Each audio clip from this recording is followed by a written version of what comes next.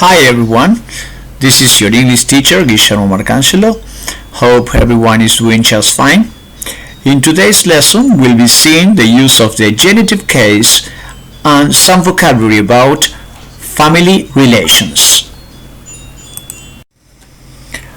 Vocabulary pronunciation practice: father, dad, son, husband, brother, uncle, cousin, nephew, grandfather, grandpa, grandson, father-in-law, brother-in-law, son-in-law, boyfriend, godfather, godson, mother, mom, daughter, wife, sister, aunt, cousin, niece, grandmother or granny, granddaughter, mother-in-law, sister-in-law, daughter-in-law, girlfriend, godmother, goddaughter, and these are the plural forms: parents, children, grandparents,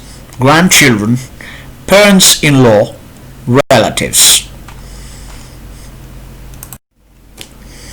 El caso posesivo o caso genitivo es usado para decir que algo le pertenece a alguien. Por ejemplo, en el caso de Peter's car, estaría diciendo el auto de Peter. O también se usa para indicar una relación familiar. Por ejemplo, si yo quiero decir la esposa de Peter, eso se diría Peter's wife. Ahora bien, ¿cómo se forma y cuál es la estructura?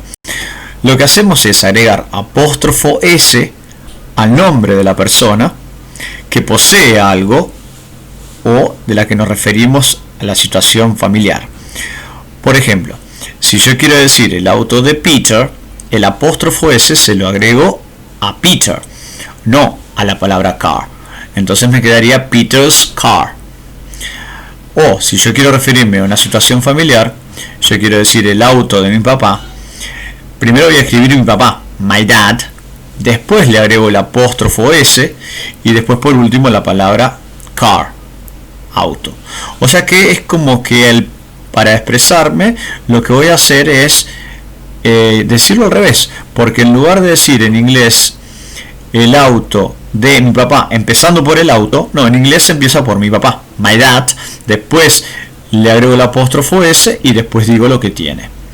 El apóstrofo S hay que tener cuidado que no es usualmente agregado a objetos inanimados. O sea, el caso posesivo, agregar apóstrofo S, generalmente se le agrega a una persona o a un animal, especialmente si el animal tiene un nombre.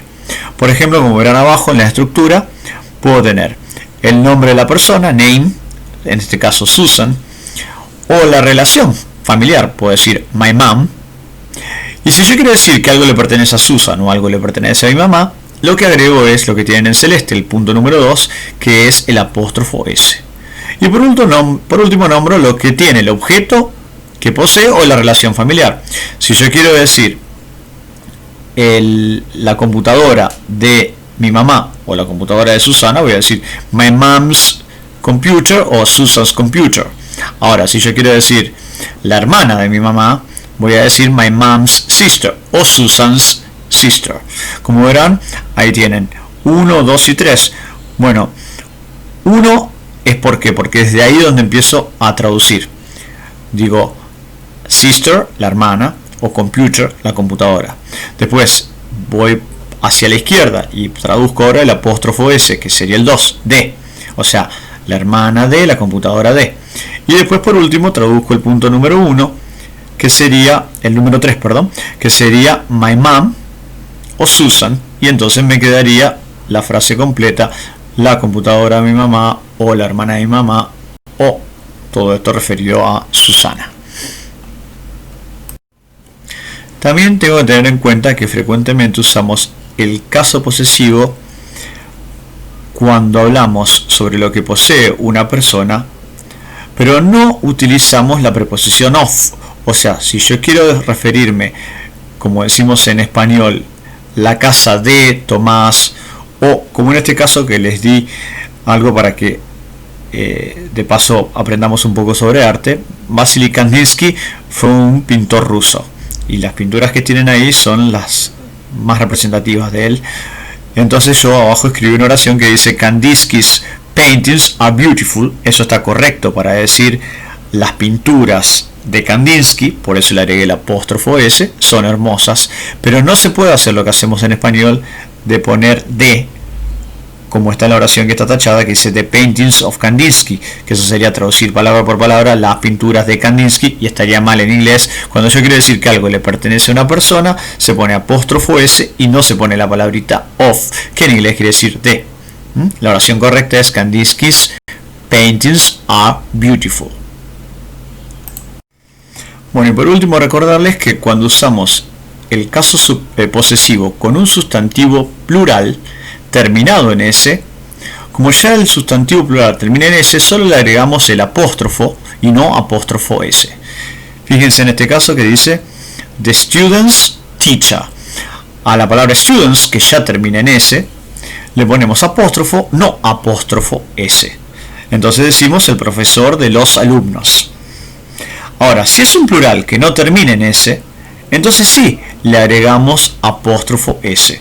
Por ejemplo, ahí al lado tienen el ejemplo de children's teacher.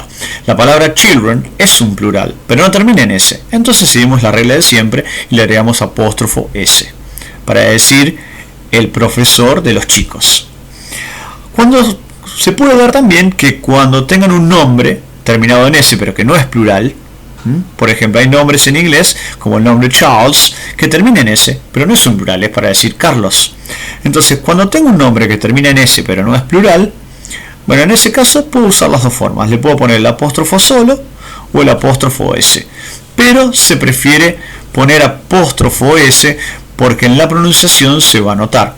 Fíjense, yo lo voy a pronunciar primero con el apóstrofo solo. Me va a quedar Charles Book.